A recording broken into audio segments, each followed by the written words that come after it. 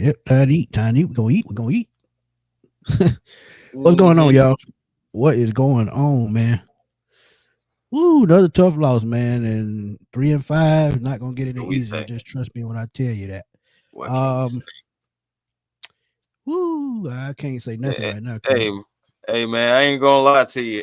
I will say this to start it off because we got a lot to talk about, people.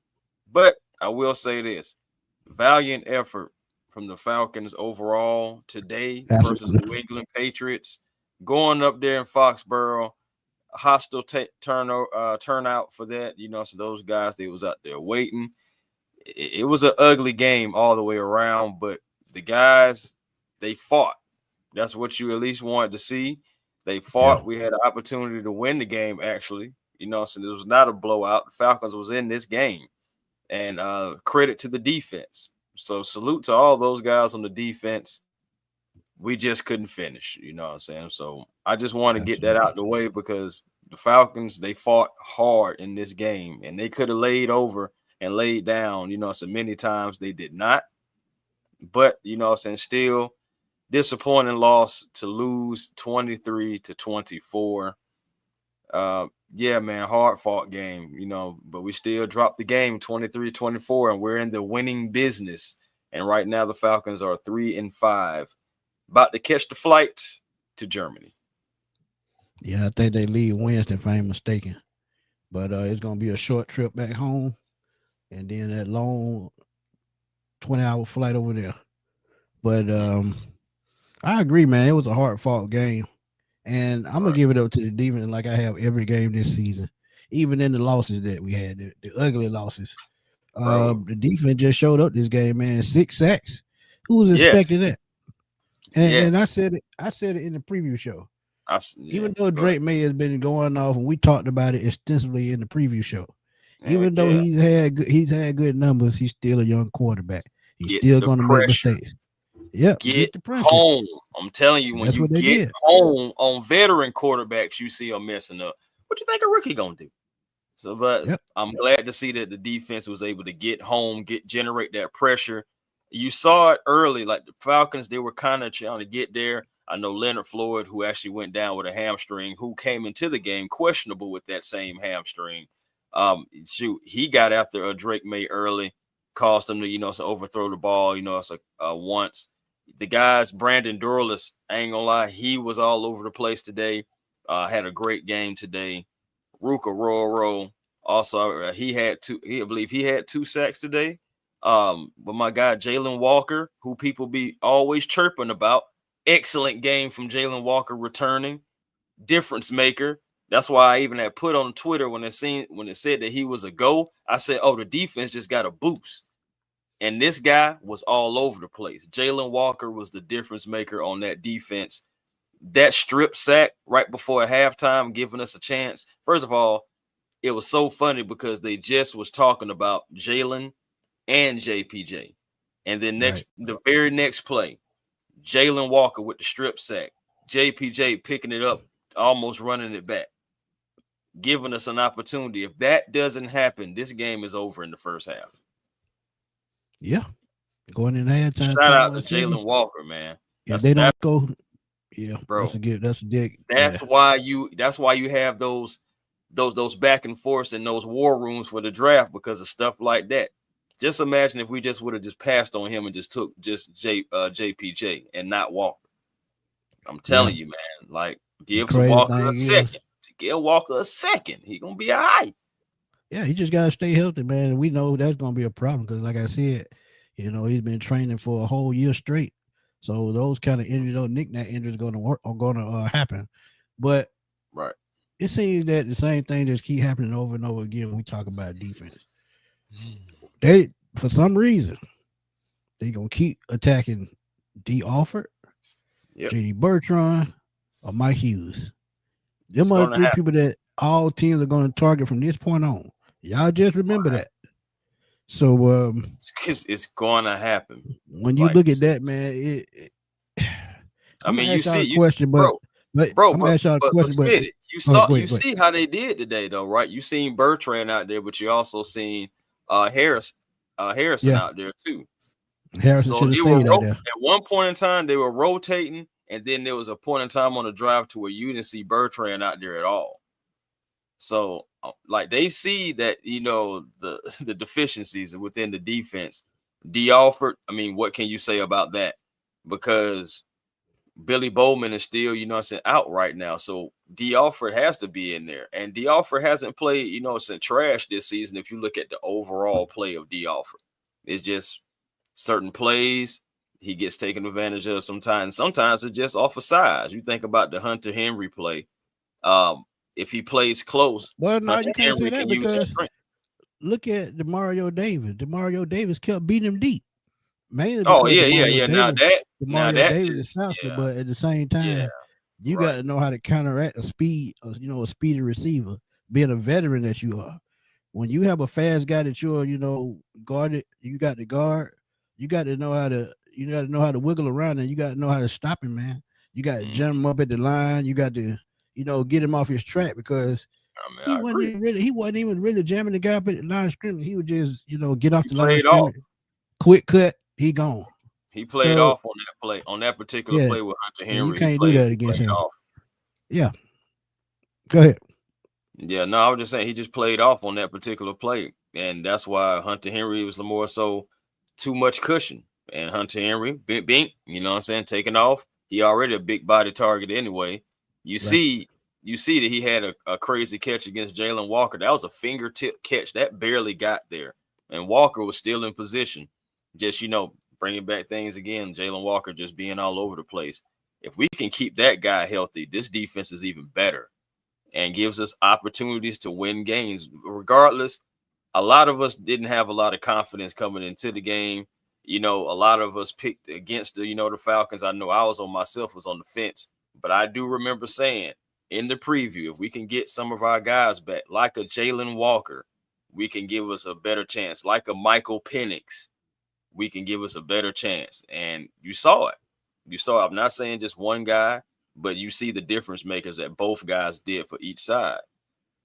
At the end of the day, this still comes down to coaching, situational play calling, situational decisions. You hate the fact that we had to use a timeout after getting a first down after a penalty. Why is there not a play already stacked and ready to go for our QB1? Why do we have to take a timeout? Because if we would have had maybe an extra timeout, you never know how things, you know, might would have went. You don't. Chris, I told you this the other day, man. When you have miscommunication like he having with Michael Penix and he the offensive coordinator, that lets me know whatever y'all going over in the film room, it's just not clicking for either y'all. Because when you get a first down because of a timeout, you supposed to have a player right here. You should not look on you know, a play That sheet to made see no what you got to sense. draw. It And made one thing that I did notice on that last drive, and I've been noticing it for a while, Zach Robinson don't even really have a 2-minute offense. Because if Mhm. he had a 2-minute offense, he would know how to push Oh, the we're ball down the building up. field. Don't worry Yeah, about it, JP. We're building up. yeah, yeah, No, the timeout yeah. isn't what lost us the game. That's just No, one of the it's not. situational things that shouldn't have happened in the game. Um, uh, you call it what you want for what actually lost us the game. The kicker, that is it's it's what, week 9 going on week 10, and we are still having kicking issues. In week 1, Falcon fans, Young Wei Koo, a guy who is beloved in the Falcon Nation, missed a kick that could have sent us to overtime against the Bucks. We lose that game. The new guy, Parker Romo, you know, who came in. Okay, we like him, yeah. But in that critical situation right there to help tie the game, and you never know how the ending could have went if we could have tied the game. He misses the extra point, and the game just goes sour. It's crazy because we got the ball back yet again after that, And but then still, that's what brought me to my last point. situation. We Go ahead. got the ball back again to possibly come back and win the football game, but we don't have a 2-minute offense drawn up. If we have a 2-minute offense, we easily push the ball down the field. And your 2-minute offense, you should be focused on Drake London and Kyle Pitts. not Bijan Robinson, not Tyler Algier, but those two big receivers. And Mm-hmm. I give them credit. This game, they actually threw the ball in the end zone 3 times, more Yes. than they have all season. So I give them credit for that. Draco. Hey, Smitty. Real quick, I gotta admit, and you gotta give him his credit. Drake London balled today, Oh yeah, I regardless. said that. I said that Yes, sir. during the game when I was texting Yeah, my boy. he was Um, balling today. And my thing is, that's what we're talking about. That's what we talk about having big body guys, basketball type receiver type guys who can go up and win at the point of attack and win up and go get those jump balls. They say they call them 50-50 balls, but with Drake, let's keep it real. When the ball is up in the air, it's really 80-20. yeah, he's 6'4", so Yeah, it's 80-20. uh uh Da, I'm gonna be honest with you, my guy. The reason why they gave the ball back with 2 minutes left because it was 4th and 2, and if they missed that, Yeah. it's a easy go, and the game over. So they didn't have a choice but to kick it. And the crazy thing about it, they did get the ball back. Right. So He did. yeah, so that was a He did. smart move because see, Yeah. sometimes you just Now, go ahead. well, go ahead. No, go ahead. Go finish. Sometimes when you Piggyback off. in a certain situation, say like if just I'm put it like this, an announcer made it clear last week, and it was a good point. The way the NFL is played now, you're gonna see most teams go for it because wherever you place the ball, if they miss it, it's gonna be back further than if you kicked it.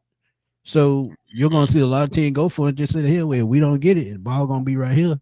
Instead of punting in the ball, better field position from you punting the ball. So you're gonna see more of that. But in that certain situation with 2 minutes left, they had a chance, and the defense on think about it. The defense only gave up 3 points the second half. That's Three it, bro. points after That's giving it. up 21 in the first half. They going 3 points. So they Right. locked in. They did what they're supposed to do. They held Got, New England in check the second half. got All the offense sacks. had to do was execute, Got and they turnovers. did. They did for the most part, but in key situation, the execution just was not there. And Zach Right. Robinson has to do, like Chris said, he has to do a better job of stacking plays for certain situations. We seen Right. Bijan couldn't run the ball, Tyler couldn't run the ball, so They try something prepared for different. the run game. That's what I'm saying. They were well They were number prepared for the two. run game. They were number And, two. and they were number one against the outside zone. What's Right. what's our favorite thing to do? The Outside, outside zone. I'm yeah, not surprised Bijan looked the way he did today as far as in the run game, but that still doesn't mean you go away from it. We ran the ball like 3 times in the first quarter. I think a total of like 6 times a total in the first half. You still can't do that. You still going to have to feed your guys and still going to have to, hey, I understand it looks like a brick wall, but sometimes you got to keep running into that brick wall. You got to keep them honest and keep them thinking about it. And I was so happy by Michael Penix, who used his legs multiple times today, because once he did that, the defense had to start respecting that. They did yeah. start backing off just a little I bit. said that last week. Instead of Yeah, reacting, they started thinking. And if you start thinking on the football field, it's over with. So it's just yeah, like that right there. I kept saying, thank you, Michael. Thank you, Michael. Thank you, Michael. You know what I'm saying? Because him getting out of the pocket a few times again, it gave them something to think about. They're like, okay, well, now Penix is running. So now we have to account for him too. And it opened up some things more so for the Falcons to move the ball down the field.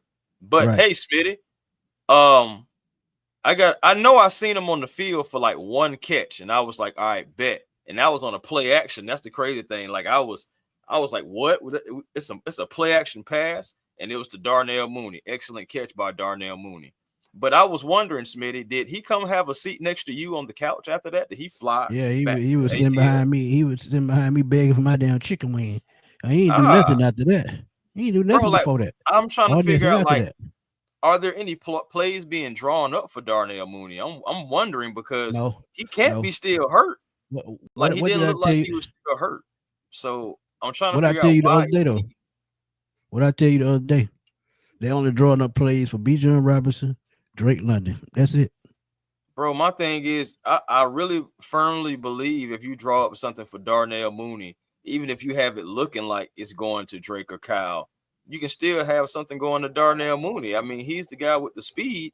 keep him involved, keep him engaged. Otherwise, you're going to have times to where you're going to need him, and you may end up seeing him not engaged. I'm not questioning his professionalism, because he possibly may be ready every play.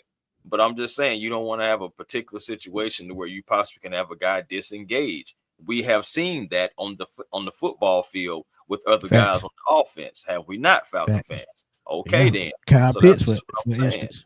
So that's just what I'm saying. Just trying to keep guys involved. You have weapons, and I know you're not going to be able to get the ball to every guy every week. Come on now, I know that. But this guy, Darnell Mooney, hasn't been involved in this offense really at all this season. Just small spurts. He probably has 10 catches, if that. Probably about 10 or 11 at the most.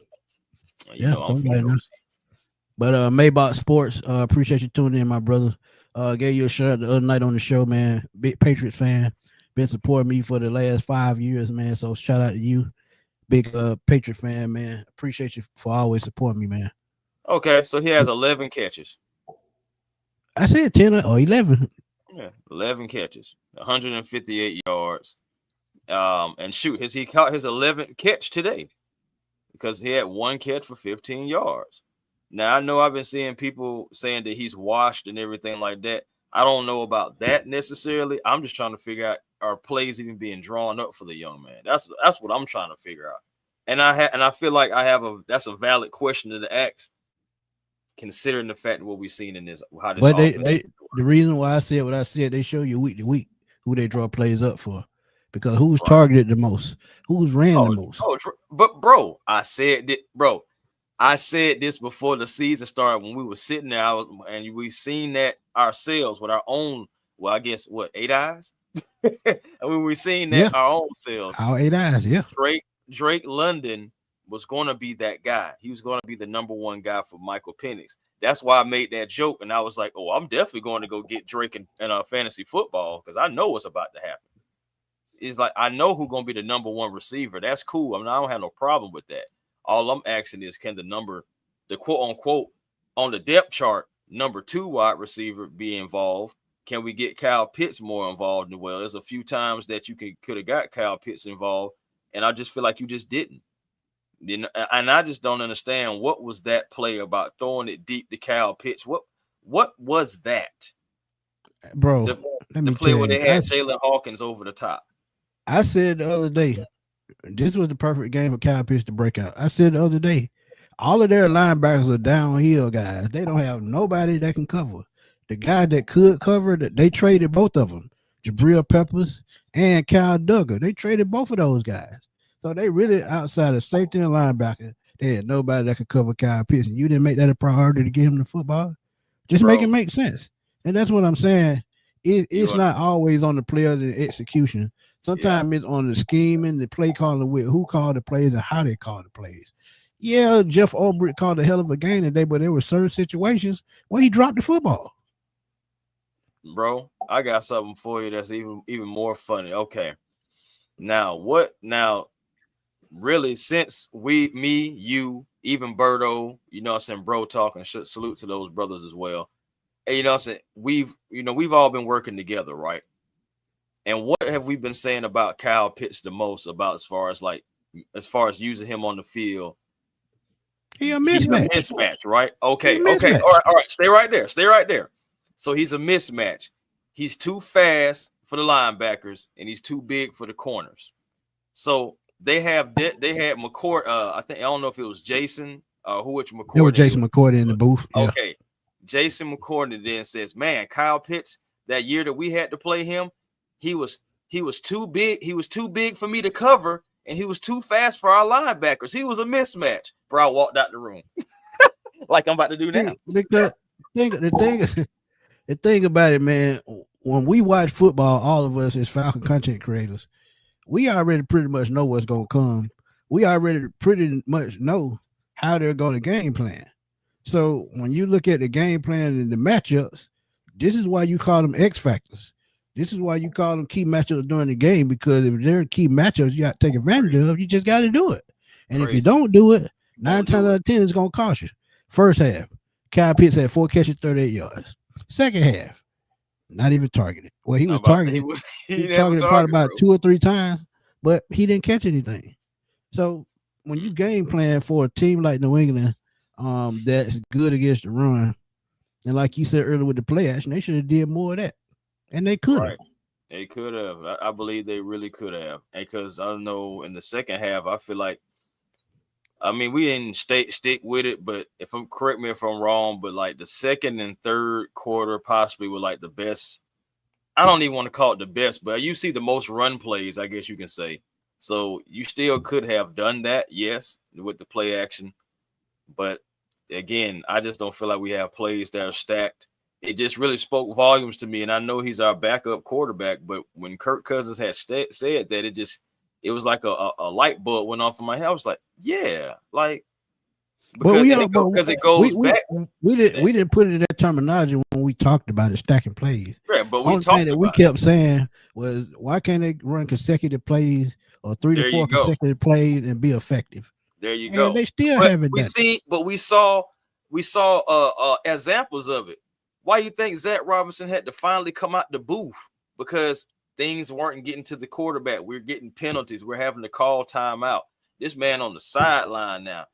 And it still reared its ugly head today, to where the plays weren't getting out to the quarterback. We got to call a timeout, waste a timeout, just because the plays are not either stacked or the plays are just not ready to get out to the QB1. And you got Michael Penix out there.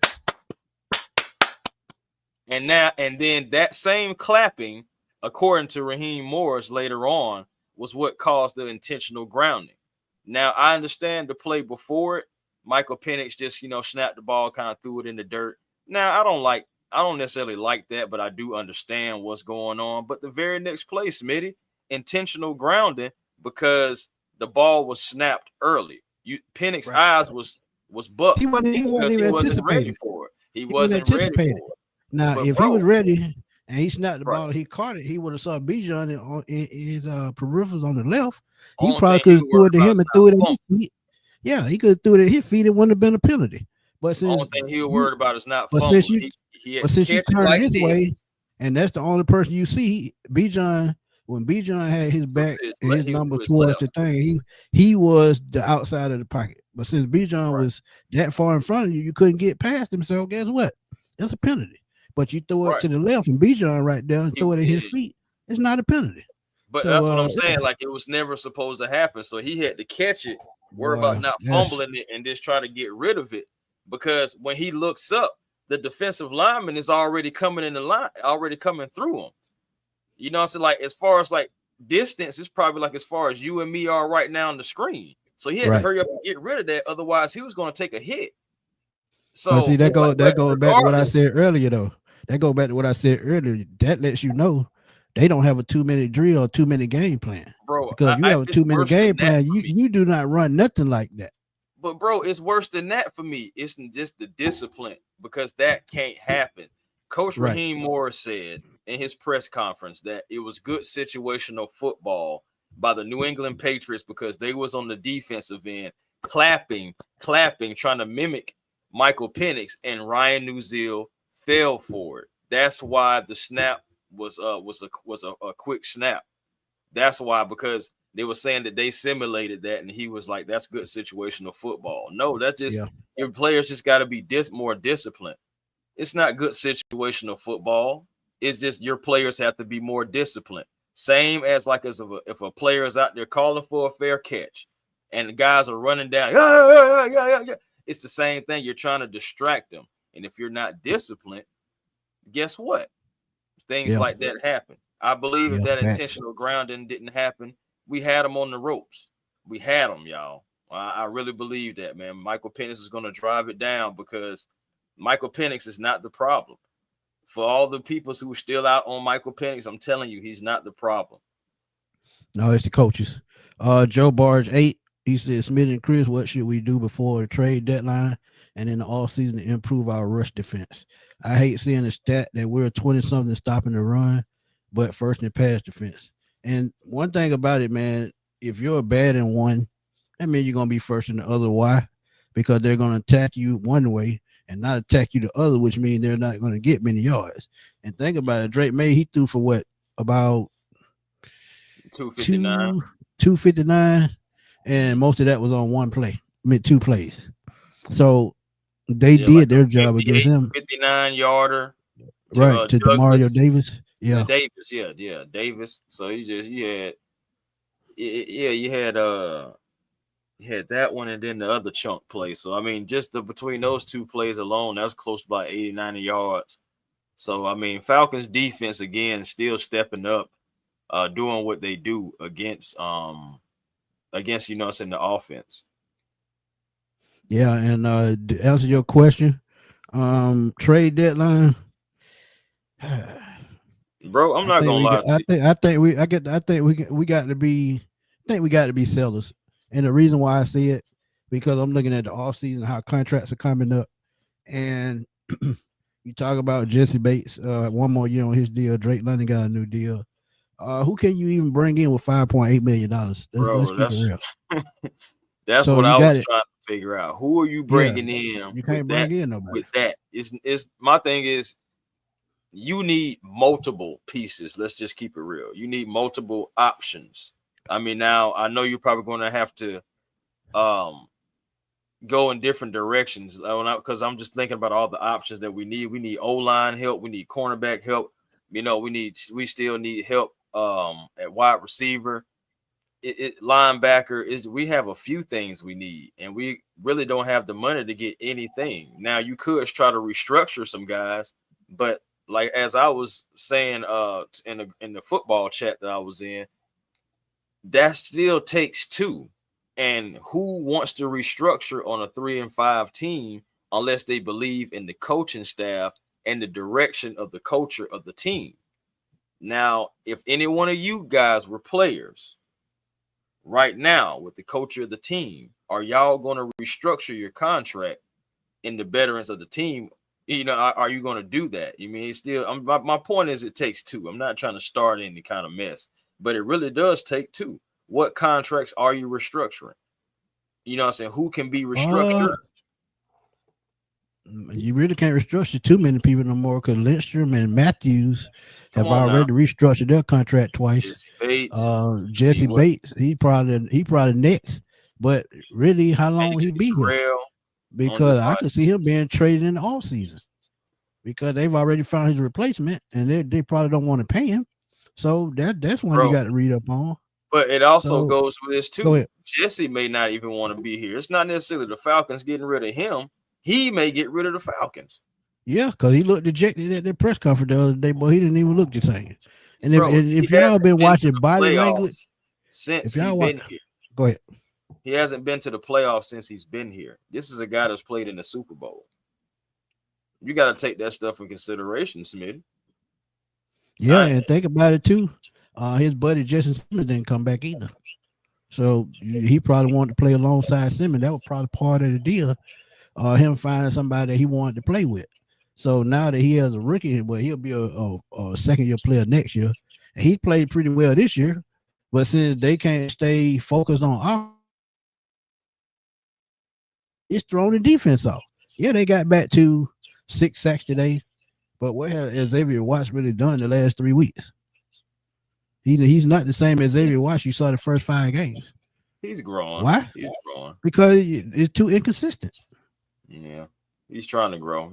Then I ain't gonna lie to you, he's missing his other rookie tag team partner, Billy Bowman. I feel like those two guys were having some chemistry out there together. That's Right. been knocked off a little bit now. Having D offered in right now, he's gonna have growing pains. I'm not worried about Xavier. I just want Billy Bowman to show back up so he can finish off the rest of his rookie season and have and help this Falcons team. But I'm not worried about Xavier Watts. I'm really not worried about any of the rookies necessarily. I just want down the stretch of the season, games like how we seen out of Jalen Walker today. It doesn't have to be picture perfect, but I do want to see you making a difference. So I do want to continue to see James Pierce making a difference, continuing to try to get better at setting the edge, et cetera. I'm saying from the young guys. I really don't have any gripes with the young guys, Smitty. I don't. And Chris, I'm gonna be honest with you, man. I think the fix is just as simple as one move. One Mhm. move. One move. Because it might not even be Raheem fault all the way. think about what Zach Robinson has done. Like I said, he's not working with Penix like he's supposed to. I feel like Kirk Cousins is not working with Penix. So if he brings in an offensive coordinator that's competent and can stack plays and call consistent plays, that could turn around team around faster than anything. Because Jeff Ulbrich is doing his job as a defensive coordinator. So, I mean, offensive coordinator, I mean, hey, that could be just that simple. Ski, yeah, we're gonna probably be setting at the deadline. Who I don't know yet. Chris made a good point about Jesse Bates. He could be one that we don't want to talk about. Tyler Algier, I've talked about that for the last damn near year. Because I can see him as a running back one on certain teams. Arnold Albuquerque, who yeah, definitely him because we talked about that. Yeah, decent game. We talked about that, a couple weeks ago. But Tuesday right around the corner though. Yeah, right around the corner. It's like as far as big names, I would say Bates, Algier, Albuquerque. That's about it. Oh, and I keep it focused with y'all. Mooney? I would say no. I would say Leonard Floyd. He's been very disappointing since he's been here. Maybe it's time for him, another change for him. He went down with his hamstring chasing after Drake May. There you go. So when you look at it, man, it's a handful of players that could be on the trade block. Because Pitts could be moved. Yeah, we didn't say Kyle Pitts. Absolutely, absolutely. So I mean, look, it's really what they want to do and how they view the way the season is headed. Because we have a key game next week too. So if they feel like we have a chance to win that game, hey, they might stand still at the trade deadline. What is Jeremy Biller said Terry not selling, and he may not. Yeah, he may not. He may believe that we can turn this thing around. Yeah, but it's at his discretion. But the only way to turn it around, man, Raheem, like I said last week, he got to kick Zach Robinson, and where the sun don't shine. Because not like our boy Ryan be saying in between the hip pockets. No, like Lowe said, but kick him in between the wash machine and the dryer. Oh yeah, wash machine and the dryer. Yeah, man. I understand. It's just if we finish like that, Ski, they could end up with a top 10 pick, and that would and right. Oh, speaking of that pick, I took a look and see where that pick is. And right now, I mean, it's still more football to still be played, still Monday night football, Sunday night, etc. But right now, it's pick number 11 for the Rams right now. Pick number. And it went down another spot from last week. Yep, it was 12.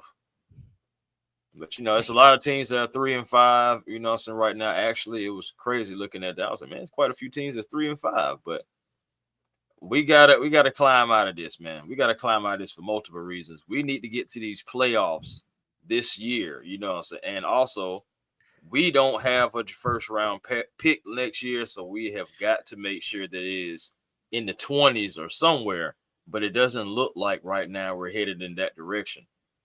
Again, I got to give the defense a shout out, bro, because they fought. The team overall fought, so the offense, they fought too.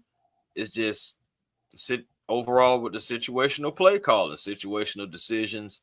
Let me ask you this, Smitty, because I know someone asked me, would you have just kicked the field goal at the end of the half, or would you have gone for it on fourth down as well? I already know I probably would have went for it too. Yeah, because like I said, man, I to be honest, man, he don't trust that kicker. He don't. He don't, bro. Keep it all the way real. Does not. He does not. I don't care what nobody. But I'm just saying the actions speak louder than the words. He does not trust Parker Romo. It's just like, because why don't you at least? My thing is, you think about his distance too. I'm not sure how long of a distance that would have been. Would that have been either a 40 or a 50 yarder? It would have been a 53 yarder, which is absolutely not. His height, but his height this year is 54 yards, so he could have made the kick. It's a matter of he didn't trust him in New England with a little bit of wind. He didn't trust that. Yeah. That's probably why that ball sailed, because the wind was blowing. And but he kind of pushed that. He kind of pushed. Yeah, he pushed it. He pushed it.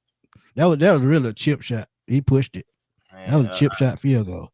But Man, we're gonna let it y'all was, come and talk for a it couple of was so minutes, funny. man. Somebody was like, "Oh man, just because he was on the Patriots practice squad, he want to go back to being a Patriot, huh?" I was just like, "Man, just leave it No, alone. man, no, Just you leave it can't. alone, No. dog." How you feel about the Panthers beating the Packers? The Panthers are actually better than us, and they're discussing. No, they're not better than us. They just coach better.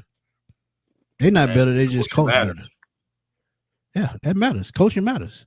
But I'm gonna let y'all come in and talk for 2 minutes, man. Give 2 to 3 minutes. give Matt LaFleur our roster. Switch coaches and send Raheem to Green Bay and have Matt LaFleur here. And I bet you're gonna see something totally different in both Totally different. teams. In Cause both teams. he developed Jordan Love very well. Mike said, man, we played well, even though it felt like we was running the same play. Yeah, we've been talking about that all season. Yeah, There was nothing that was really switched up. You saw a wrinkle that the Patriots had added this week, where they had the offensive lineman pull and be the lead blocker. They said they just added that this week. I was like, oh, you don't say. Yeah. It just that's what I'm Y'all, saying. the link is in the chat. Y'all want to come in and talk to us right quick?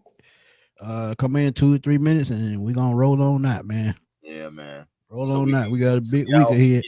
yeah, man, for sure. And these Atlanta Hawks about to play. I know no Trey Young, but at the same time, the Atlanta Hawks still gotta go out there and fight the good fight. Hopefully December for Trey though. You know what I'm saying? He got lucky. Now, No I don't think structure. we're gonna lose Bijan. Bijan gonna be here, man. He know he gonna get paid, and all you gotta do is give him an offensive line. He'll be fine. Offensive line or quarterback, he'll be fine. Yep, he'll be fine. What's up, my guy? Talk to me. What's going on, y'all? How y'all That doing? much. All right. Yeah, man. Cool. Dodgers fan, eh? Huh? I said Dodgers fan, eh? Hell no. Just going with the fit, bro. I'm Braves all the way. As always. I ain't never gonna turn.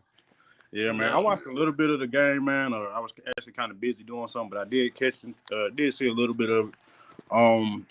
Yeah, at the beginning of the game, man, I saw crossing routes. I saw slants inside. I'm like, okay, they, from that first touchdown, that was probably the best drive we had in 3 weeks, and we just get away from it. And I'm just looking at damn Zach, bro. You cannot stack any plays to save your life. Y'all been saying it.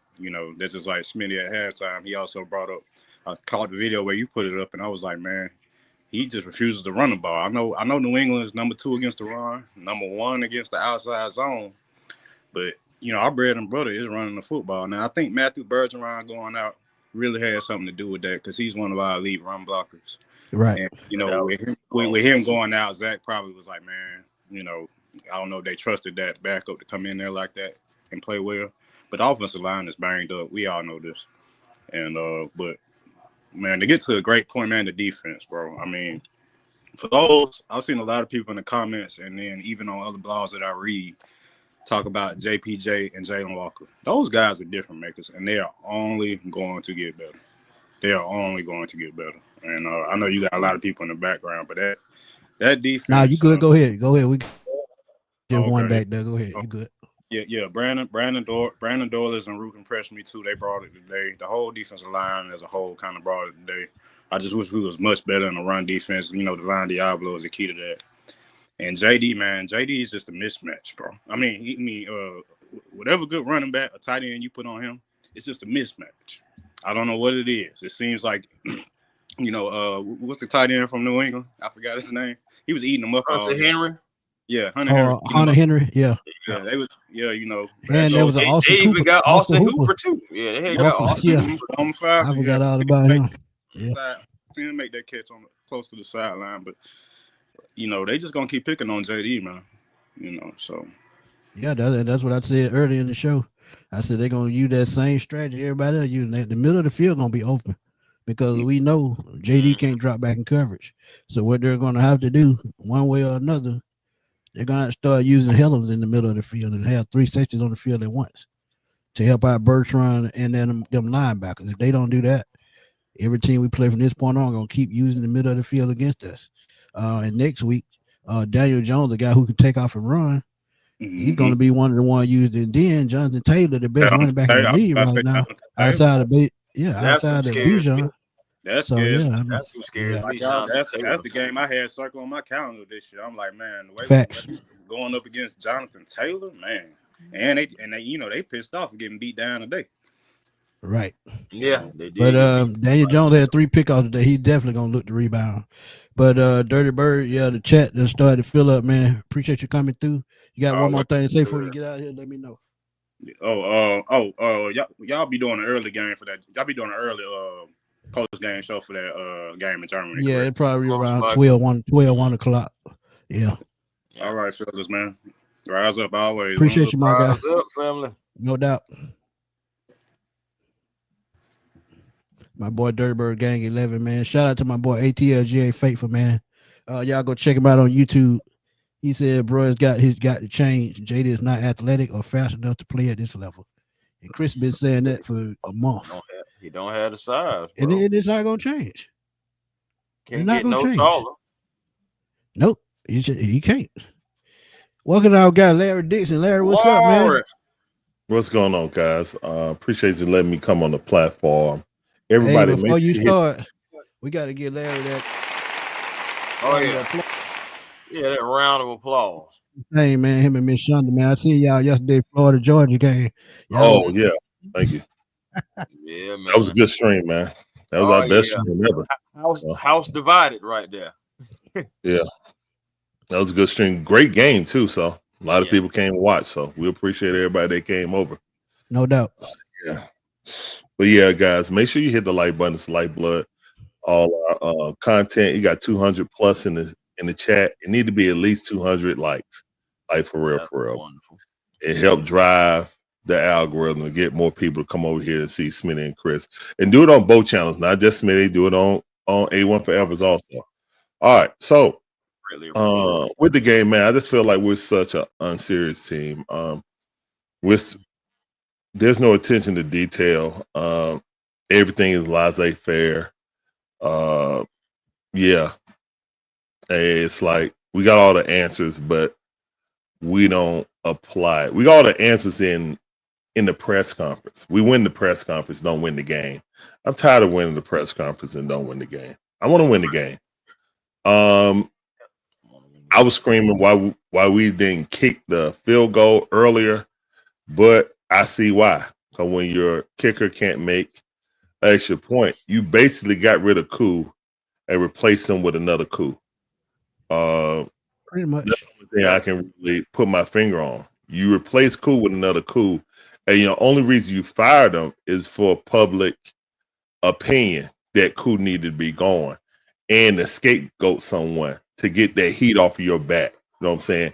It's a lot of deflection and stuff like that going on in Flowery Branch up here in Flowery Branch. Ray McLeod gets released because he didn't like Coach Ike getting fired. There's a pattern going on right now. Our lackadaisical way we get the plays called in. Guess what? You can't really audible. You get the ball in late. Plays still coming in late, regardless of if he's up in the booth or down there on the field. Guys, I want to ask you guys a question. When Kirk Cousins was out there last week, then we see Zach Robinson with the Microsoft Surface at the bench going over plays with him after every possession. Did we see that? Was I seeing things? Did we see that? Did we see that? Absolutely. Did we see that today with Michael Penix? Nope. No. Have we ever seen that with Michael Penix? I have not. I want somebody to come in here and lie and say they have, but they haven't. Camera always. That's why I said that's where the disconnect started at. It's a disconnect. Yeah, it's 100% disconnect. When you see stuff like that, that's why I said that's why he's not picking up in the film room. There's some disconnect in the film room and what's going on the practice field. Anything that has to do with teaching and studying, Michael Penix is not getting it because of Zach Robinson and him not trying to apply the same type of energy into Michael Penix that he does into the other quarterback. Because last year, you didn't see it when he played in those 3 games. You didn't see it. So tell me what disconnect is. Well, he was up in the booth, so that was the excuse. Yeah, I feel like the disconnect really is and truly is the fact that we just don't have an experienced guy. You got a rookie trying to teach a rookie. And I believe that that's really where the disconnect is really at. It never should have been Zach Robertson in the position of where he's at with a guy like Michael Penix. That's why you had Kirk Cousins, a guy who isn't a 14-year veteran now, can help string Zach along, help teach him how to do different things, and maybe just take over the offense like he did sometimes last year Right. because Zach play calling. Now it's strictly on a guy who's learning on the job with another guy who's learning on the job. I just feel like, Well, oh man, we're in a bad situation. Penix is not the problem at all. no, it's not. It's not. You know what I'm saying? So I just Yeah. end that. I just want people to end that. You know what I'm saying? He's not the problem. Michael Penix went out there, he's a gamer. And outside of the defense on the offensive end, there were times to where Penix just had to make plays. Luckily, we had Drake London for him to throw to, and because ultimately this offense is just spinning its wheels in mud, man. Overall, this thing is just spinning its wheels. I 100% agree with you, Chris. But also this, when we talk about stacking plays, what this play stacks to go to that play, there is no stackability on this. It's just go out, run this formation.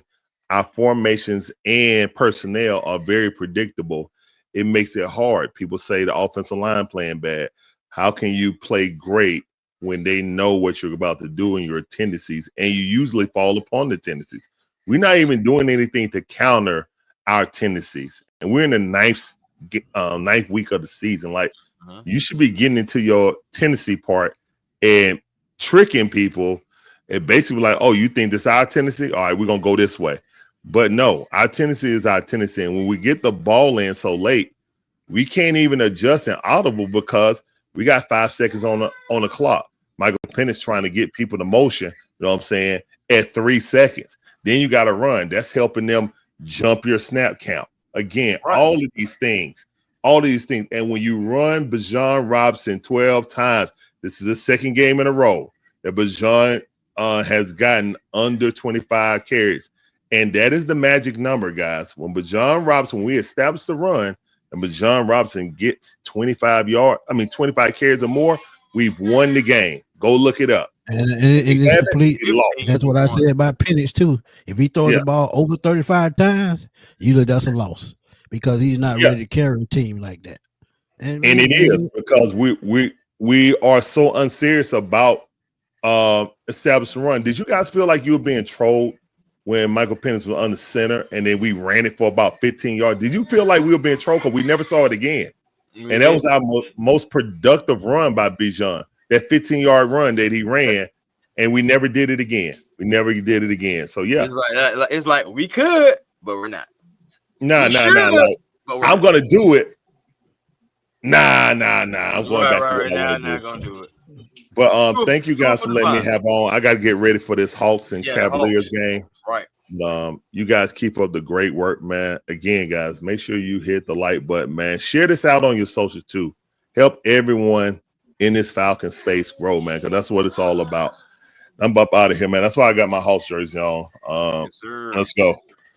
All right, man. Peace out, man. Everybody, be good. And just like it say, fire Raheem and fire Zach, man. That's what it is, man. That's what it's gonna have to be. But that sad part about it, Raheem not going nowhere. One, because of contract. Two, they might not be a coach out there they can bring in. Hate to see it. We got to go down with the Titanic, fam. But have a great stream, Larry.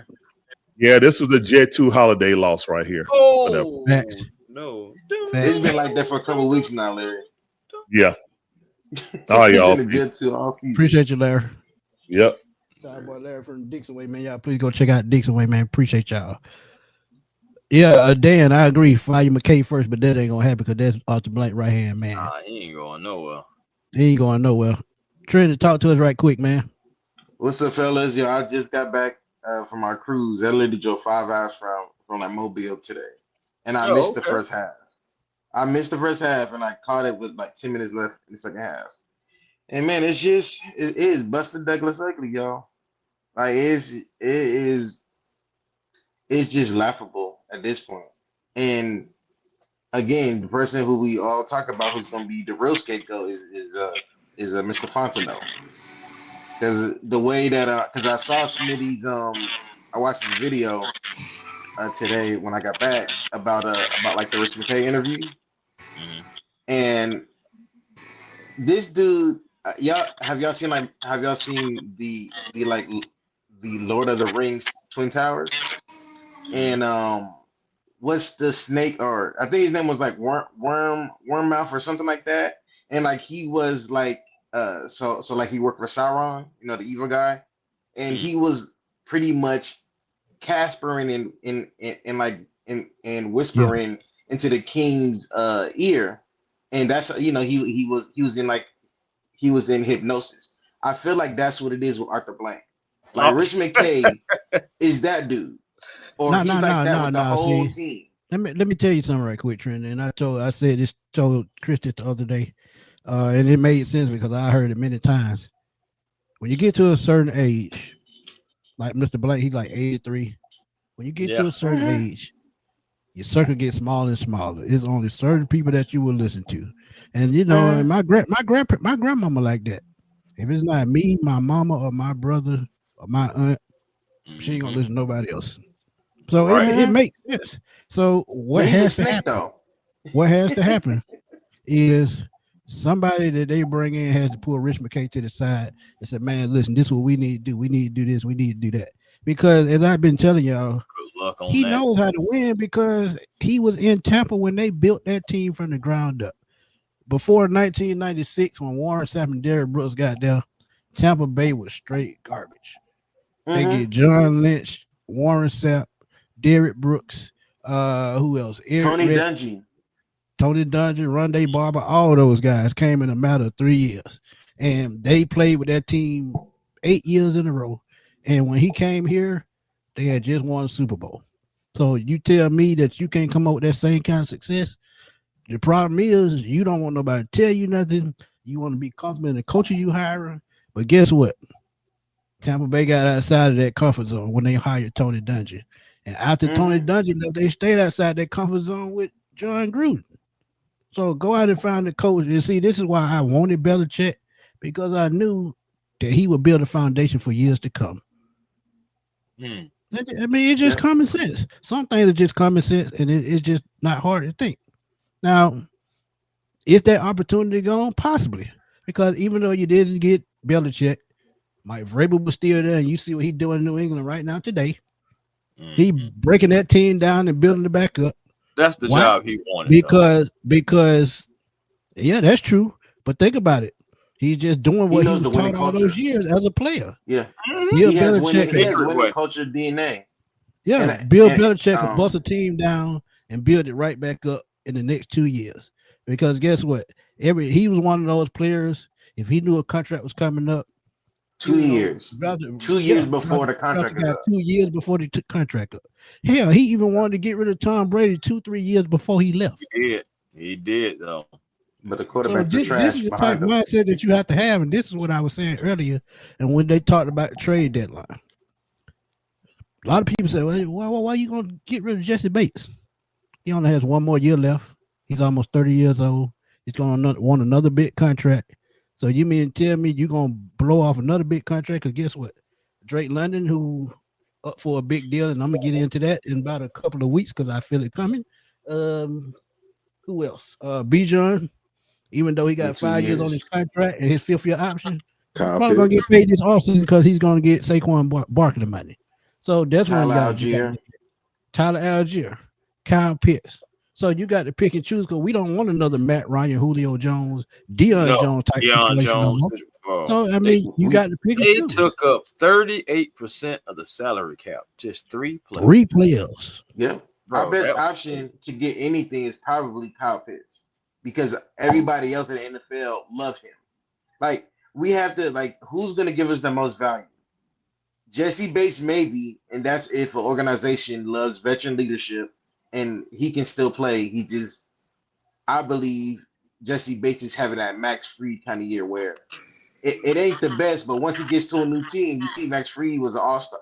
Like, he balling. You know what I'm saying? Like, if he goes to a winning team. and like you said, Chris, Smitty, everybody is that we are in a tricky situation, and the front office doesn't have the foresight to Facts. do what's needed. You know what I'm saying? Mm-hmm. But once But again, it's another Jerry Jones type situation. But JP, what's up, my guy? Talk to me. Yeah, man. Just to get into that one, can y'all hear me clearly? Yeah, we can hear Yes. you. Okay, cool. Just to get into that one, Jesse Bates is the one with the most value, and it's the one for your team the most because you got Watts, and Watts is turning into a baller. So you just drafted Watts, and you got DeMarco Hellum still here. So you'll be able to maneuver through the minutia, after you get rid of Bates, and you get a third or another third or a fourth for Bates. In my opinion. Bates and Kyle Pitts are the answers to me. So, but man, call me what y'all want to call me. Say what you want to say about me. What do you Raheem mean? saved his job this week. I agree. Raheem, I they agree. played. I see what you're Hey, saying. say what you want to say. Say what you want to say about me, No, Chris. they played it. Man, we fought this game. That's why I said if That's it was a blowout, you know what I'm saying. But they that's fought. exactly. And so I be on a lot of channels, right? I talk to a lot of us Falcons fans, man. I'm the number one Falcon fan, right? We were so down in the dumps about the Miami game, right? And the culture hire, which is what Raheem was. Well, we needed a culture define and win. We needed a culture picker upper, if for lack of a better term. Even though Yeah. he didn't get this win per se, the win wasn't there. We didn't get the result we wanted.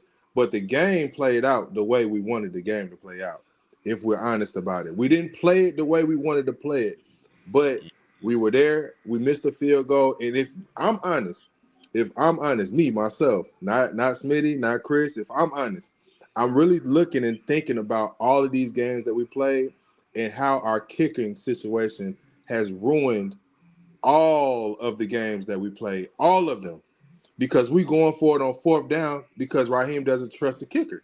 You don't. So, and this has been multiple games.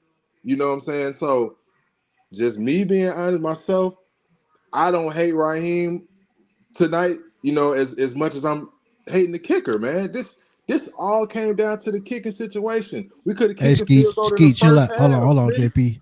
Skeet, chill out, my guy. Chill out. Go ahead. We could have kicked the field goal in the first half, Smitty. And then we got the ball back on the strip fumble after we kicked the field goal. Yeah. We could have kicked the field goal then.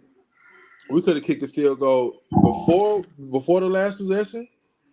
I mean, what I'm saying is the culture hire that Raheem Morris is supposed to be, right? And this is my last point, and I'm out the door. I was an Arthur Smith guy. I like Arthur Smith. I wanted Arthur Smith to work, but his quarterback situation was absolute garbage. Yeah, He he was did in get a cap fair shake hell. with that. I agree. He was Yeah, in I agree. cap hell. And I that's not agree. an excuse, but Arthur Smith wasn't given the latitude because he's not a culture hire. Raheem was a culture hire, and he's getting all the latitude that I think that Arthur Smith should have gotten because of him being a culture hire, and Arthur Smith wasn't that. Arthur Smith is showing to be a million, trillion times better of a coach than Raheem Morris. I'm just being all the way honest about it. And I'm missing Arthur Smith, if I can be honest. This is Mm, crazy. I can't argue with that. hold on. Well, JP. that's where Well, I we will. at right now. Go Well, ahead. what I Go would ahead. say is Arthur Smith doesn't have responsibility. That's why it seems like he's doing great. When Raheem hasn't been a head coach, he's been a great defensive coordinator. Look at the Rams.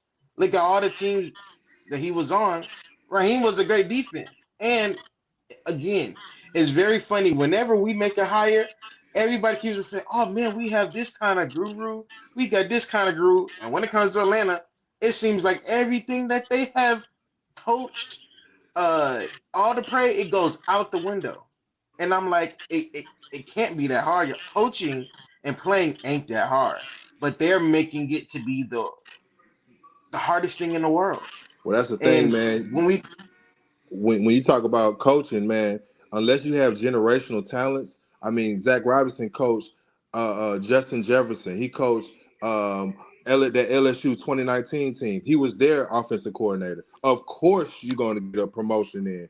You went to the Rams. You was on Sean McVay's staff. Of course, you're going to be a dog then. Of course, we don't have those generational Yes, pieces we do. Let me finish. Outside of Bijan, Michael Penix is coming to his Kyle own. Pitts. Hold on. Everybody said when we drafted him, he's the greatest thing since sliced bread. He's 6'6", can run a 4.4. And when he was at Florida, they called him the greatest thing. The Falcons made a great hire. What generational talent do you got to tweak? What generational talent do you got to tweak the motor? When do you have to tweak the motor in a generational talent? Does TJ Watt have to be? Does TJ Watt have to be tweaked? Do we have to tweak TJ Watt? You don't have to tweak a Bugatti. You have to tweak. No, if you got it, you got it. JP, I agree with everything you're saying, but everybody else feels way different about the Falcons pieces. You get what I'm saying? Like, I agree with you. I'm not sold on Michael Penix because I critique the quarterback, like the actual mechanics of quarterbacking, and it's been worse and worse. See, when people with Chris, I agree with half of it as far as the coaching aspect, but let's be real, y'all. And this is what I was arguing with my brother in the second half, and I was like, guys, if you talk to any quarterback, if you talk to any offensive lineman, Chris Dunlap was on a podcast with him and that I watch, called The Raw Room, and he talked about whenever there was a communication breakdown, Jalen Collins. Whenever there's a communication breakdown, this is standard for all quarterbacks from Pee Wee, middle high school. Guess what? We're playing backyard football. Hey, dog, you run a butt hook. You create plays. You have played enough football. You know enough knowledge that, dog, every game, and it's twice a quarter where there's a communication breakdown. If you watch the film, he calls the play late. He does, hey, dog, it ain't that. Yo, if you can't hear within 15 seconds, dog, you know the playbook. Everybody should know the playbook. If y'all don't know it, that means it's trash on y'all as players. Don't give me that crap about coaching when the quarterback is the captain of that field. If you talk to Tom Brady, and Matt Ryan called Michael Penix out on a podcast with him and Aaron Donald, and he said, y'all, when there was some communication, it was on me. I got this. We're gonna run this play and do this and that. Michael Penix, it's on you as the leader, brother. I don't care how much experience. But the thing with that, and see that's what people that's what they don't realize. Watch. Audibling is something that you learn as time goes on. Michael Penix is not comfortable with audibling just yet because he's not familiar with the playbook. Exactly. Give me 15 seconds. If he can't get 15 seconds. Hold on, Trinity. Go ahead, JP. My bad. Give me 15 seconds and I'm out the door. Trinity, I got to drive home your point, man. Because the intentional grounding from this game, the intentional grounding from the other game, inexcusable. It's because you're taking points off the board. Inexcusable, bro. Black, white, Indian, Asian, Mexican. It don't matter who you are. Inexcusable. You got to find a way. Take a sack. I'll even take a sack then. It don't matter. Just don't cost us a play. You can't cost us a down because we don't got a chance to get any points then. Yep. And I got to drive that point home, man. Michael Penix ain't God. Michael Penix ain't above reproach now. We got to be able to talk about Penix too now. Yes, that's why we do. Thank you, Smitty. Thank you, Chris, bro. No problem. No doubt, man. We appreciate y'all. No doubt. That's what we're saying. All right, Smitty and Chris. Appreciate you. All right, Jay. Thank y'all for coming through as always, too, y'all. Yeah, man. But yeah, Smitty, I mean, what have we been talking about anyway? We're just saying that Michael Penix is not the problem. But see, this is the thing too. But he does have his early on the show. Remember what I said earlier on the show, and this is why I said it. If we have a 2-minute drill, that intentional grounding never happens. If you have a 2-minute drill in place with a certain amount of plays, that play never happens because Michael Penix is comfortable with that 2-minute drill. But if you don't have a 2-minute drill, the play is drawing up, you're still trying to run what your game plan for, then mistakes gonna happen. So look, but also, Michael Penix, it was his fault. Go ahead. I want to throw this in too. Now, I am unfortunately going back to coaching, but I just want to say, guys, there is a way that Zach Robinson interacts with Michael Penix or lack thereof. But when I look at Josh McDaniels, because I did. I looked at, he had a mic'd up last week, and I took a look at it just to see what kind of weighted there, you know what I'm saying, going about things up there. Josh McDaniels, him and his quarterback was like this. Okay? Like this. He's steady going over to Drake May, whether it's good, bad, happy, or sad. He was going over and keeping that communication. Most of that mic'd up that you can still go to YouTube and look at it right now from the Cleveland Browns game. He was at his quarterback, his young quarterback, telling him what he needs to do, encouraging them, et cetera, you know, so just the entire offense, having a complete control of the entire offense as a coordinator. You know what I'm saying? Guys wanting to play for him, etc. All I'm saying is that's experience versus a guy who is trying to learn his way about it. Facts. We don't have that connection yet, and it could be a growth thing, and maybe he can grow into it, or maybe we just need someone new. I'm not sure fully. I know what my mind and how I'm feeling emotionally, but ultimately, I don't even know if right now even getting a new guy is the right answer, because who could be the guy anyway? That's the biggest. I mean, if we're just talking about right now, November 2nd, with, you know, everybody still being on the jobs that they are, there's nobody that we can bring in that would necessarily change any of this, y'all. Nope, because everything in place already. OC, nothing. And see, what y'all got to realize, man, a lot of these players were from Arthur Smith tenure as a coach. So this is why they kept a lot of them, because they had the chemistry already, and they were going to build the game around Bijan. This is why they pretty much tried to keep it a run first team and try to blend in, you know, more talent. But, you know, it pretty much backfired. So now you got to go out and, you know, tweak it a little bit. And if you do that, maybe you'll come up with the right mix. But Matty Ghost, thank you for the donation, my brother. Truly appreciate it. He says 8 to 10 years of losing from Tampa's rejects. Rich McKay, Dirk Cutter, Raheem Morris, just clueless. And that's a good point. That's a good point. I can't argue with that. But thank you for the donation. But speaking of donations, November is donation month for me. You can donate. If you want to donate me a Christmas gift, just donate to the channel. I get it right before Christmas. So all month of November, if you want to donate to me this month, it'll go towards my Christmas present. I would greatly appreciate it. But go ahead, Chris. No, just saying all like that. It is, but yeah, man, we got like the last two guys back here. Yeah, man, what's up, going Big on, fella? Man, let me say this. I'm gonna say this. This is what I'm gonna say. All right, Raheem, he ain't gonna get fired. Zach Robinson need to go. The kicker need to go. But Raheem, if you listening to this, if y'all want to get offense, go get Eric the enemy and stop playing. Get him, man. I don't know what it is. The man got 3 Super Bowl rings. The man resume speaks for itself. He the one help Patrick Mahomes get to where he is now. Go get Eric the enemy and call it a day. Y'all want to offense? But the thing with Eric the enemy, and I understand that, you know, a lot of people like that guy, but when he interviewed for the job here, they said it wasn't strong. So I wouldn't even. I'm talking about as an offensive coordinator. I ain't talking about as no. Oh no, I'm saying, but I'm saying as a head coach, if they interview you and you don't pass as a head coach, 9 times out of 10 you might not come back as a coordinator either. That's crazy. But the reason why, and they was saying that they felt like Andy Reid was really calling the plays, and he was just kind of like just there next to him, kind of like feeding off of it, like Eeyore. Yeah. But the thing about offensive coordinator. But the reason why I bring up Mike McDaniel too is because Mike McDaniel was here on the Super Bowl team as a passing game coordinator, so he knows about the franchise. He knows what we expect, and you know, him being able to, you know, call plays on his own finally in Miami. And the same with Matt LaFleur. Both of those guys have flourished with, you know, their own quarterback. So that's why I said Mike McDaniel. Smitty. You know, Tua is a left-hand quarterback. Hold on, Rich. Go ahead, see.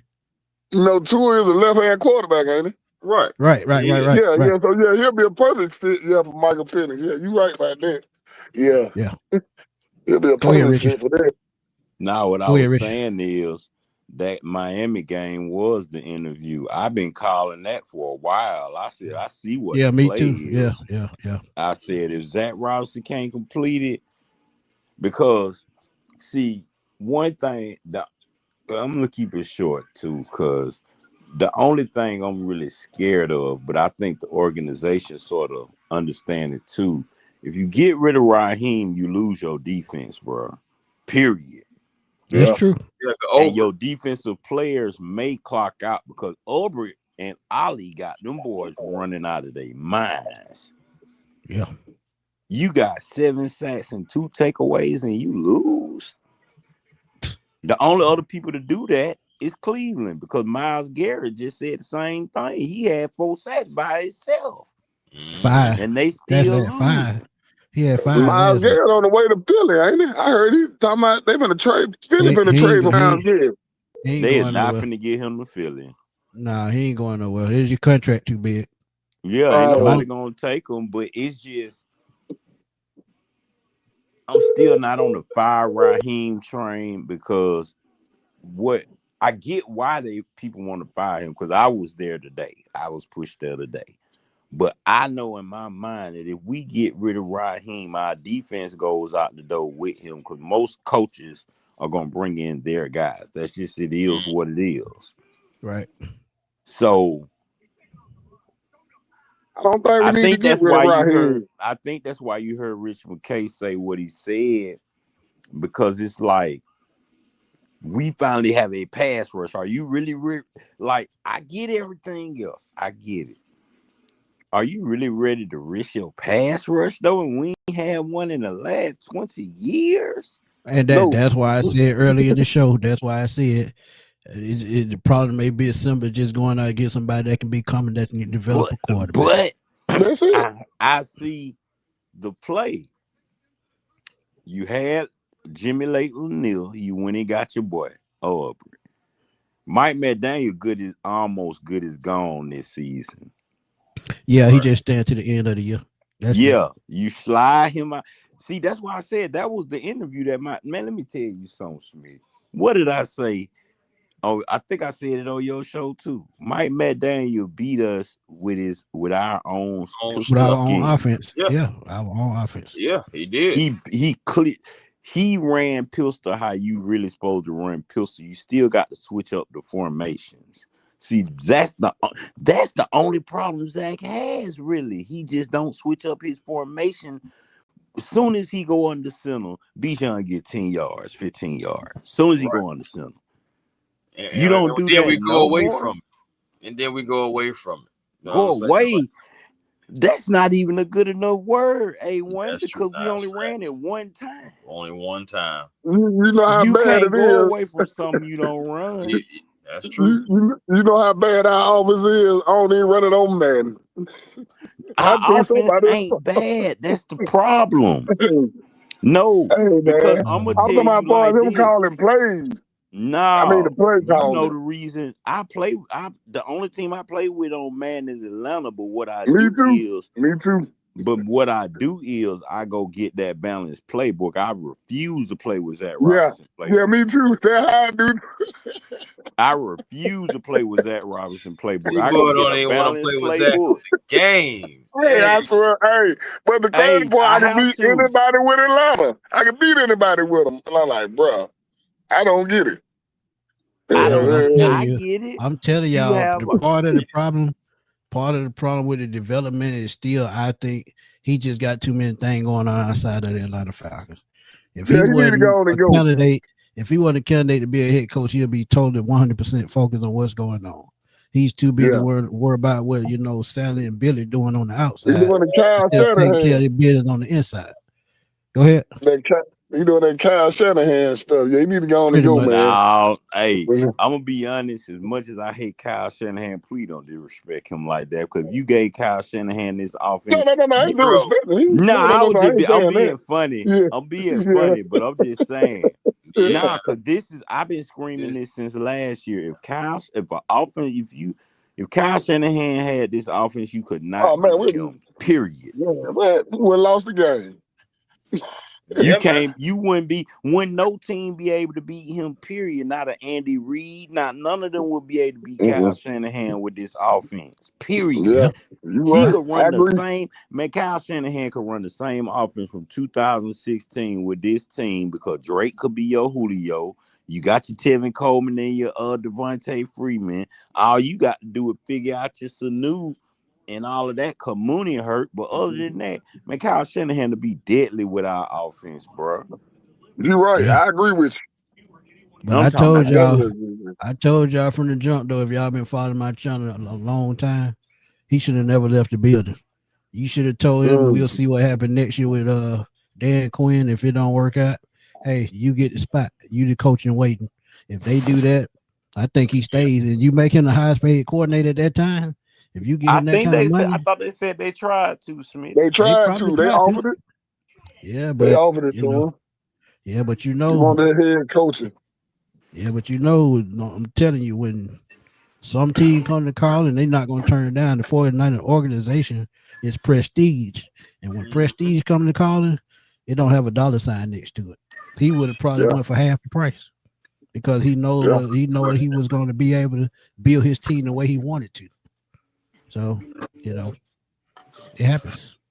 Yeah, I got my first Christmas gift for the year, man. Shout out to my boy. Let's get it, GA, man. Truly appreciate you, my guy. Love you to death.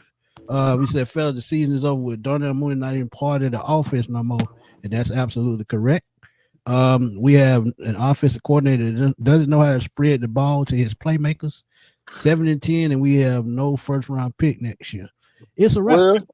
I told you a couple of shows ago, this is why they have to keep fighting because they don't have a first round pick next year. So you're gonna have to fight. You're gonna have to keep fighting until you get that pick to the 15-20 range. No, let me ask y'all a question. Ain't the Super Bowl in Atlanta next year? It's the year after. I think it's 28. Yeah, we 28. Need to be, but this team need to be together before then. No, but you want to know something, Smitty? That's the one thing I'm not mad about versus everybody else. How can you be mad at not having the number one pick after you seen that play today on that defense? James Pierce almost had a touchdown. But Richard, people got to understand you got to pay for stuff like that. Stuff like that do not come free.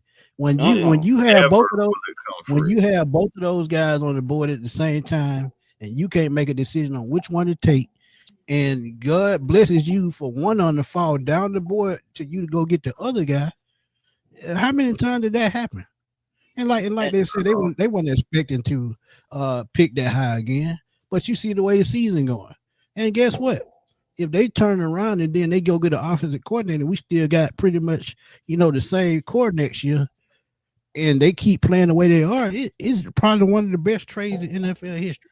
Because one of those guys is good at one thing and one of them is good at the other. Hey, but see, I get Jeff Ulbrich madness now that you say that. Okay, you have Pierce that's good at just a pure pass rusher, right? But now you don't put pass rush in Jalen Walker bag. Right. Yeah, right. So, and his bag was really go after the quarterback linebacker, not really edge. So now you see how confused that offense was because the way they would, what did make me proud though? I'm gonna tell you what Ulbrich made me real proud. He went and watched some Georgia film, and I don't care what nobody say, because the way he was moving Jalen around today remind me of that Georgia Bulldog. Yeah, he can move defensive coordinator. He was everywhere on the field today. And I see people in the chat saying, why he dropped them back in coverage. He can cover. He just didn't get his head around. He can cover. He just didn't get his head around. He really saved that play to a certain extent because he noticed that wasn't nobody over there. Right. Nobody over the top fast enough to get there. That's it. Right. And you think about it too, on that same play too, just to add to it. One reason why, he wasn't the fastest, but the guy still gave him a little stutter step to kind of break the momentum. but he still was like right on the guy though, at his side. He was still right there. So it was just a good it's not a long lot pass. of guys on this defense that have been able to even run step for Man, step. let me tell you something, A1. I was more happy seeing Jalen Walker cover that little bitty wide receiver than I was Matthew Judon covering old boy. I'm from Carolina out there backfield. There you go. Because if it was last year, I'm telling y'all, man, if this was last year defense, a lot of these games wouldn't even be close. Yeah, you're right. That's why I said, are you really willing? I don't think the organization is ready to get. See, they don't understand the fall of everything if you get rid of Raheem. Let me ask you a question. Name one who coming out this year better than Jalen Walker or James Pierce Jr. Nobody. That's why it don't matter. That's why I told you I wasn't mad. He said that because during the press conference. Yeah, he said that it's not though. No, but see, this why I told you I wasn't mad, because what I saw that no one else seen is all of these colleges are starting with freshmen. That's why Georgia looked the way they look. Everybody's in the NFL now. All these colleges, gotta good start players, over. they got to start over. Alabama's starting over. Georgia's starting over. We got a second round pick. We need to go draft a wide receiver. We're going to get a wide receiver. That's one thing that you can. Then one of them boys say they want to play with Michael Penix. What the boy name? That dude at Miami. Yeah. He want to play for Michael Penix. With Michael Penix, go on and get it. No, because what people fail to realize is the difference between Michael Penix playing at Washington and playing in Atlanta is look at who was on his team. He had nothing but speed. Exactly. Roma Doomsday, Terry McMillan. Oh, you talking about number speed guys. Jalen Pope, too. Jalen Pope, who may be available, because I watched Smitty thing. He may be available next year. So I don't even think nobody even got Pope. He got traded to New Orleans. I thought they cut him. He'll probably be a free agent. I think they cut him. I think he's a free agent now. I think he hurt. I think he's on the injury reserve, if I'm mistaken. But to see, that's the biggest issue that no one realizes is why I know why they're not going to fire. Because are you really? I'm not willing. I'm going to be honest. As mad as I was at Raheem today, especially, Zach, I'm going to be honest. Zach Robinson have been fired after after our last possession, because we had a chance to go get a touchdown. Yeah, but Richard, I keep telling folks. I keep telling people, you ain't got no 2-minute drill. That don't mean nothing. Yeah, you ain't got 5 plays to get that. But that's the first offense I ever seen without a 2-minute drill. No, listen, this was stupid because he does not. Well, no. Let me tell you. No, Kirk Cousins was doing that on his own last week.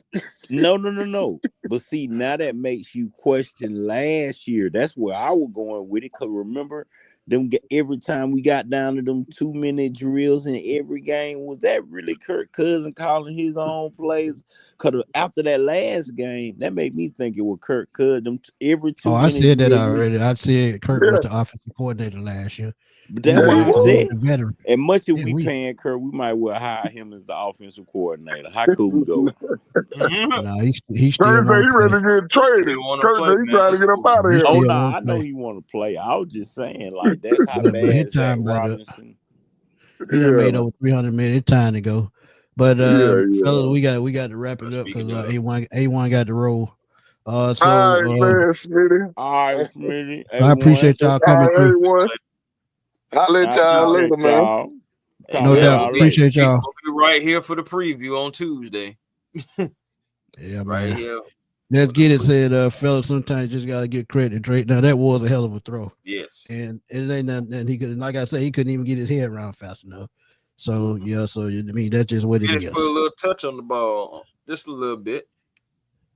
Maybach Sports. I see you pop your shit in the chat, man.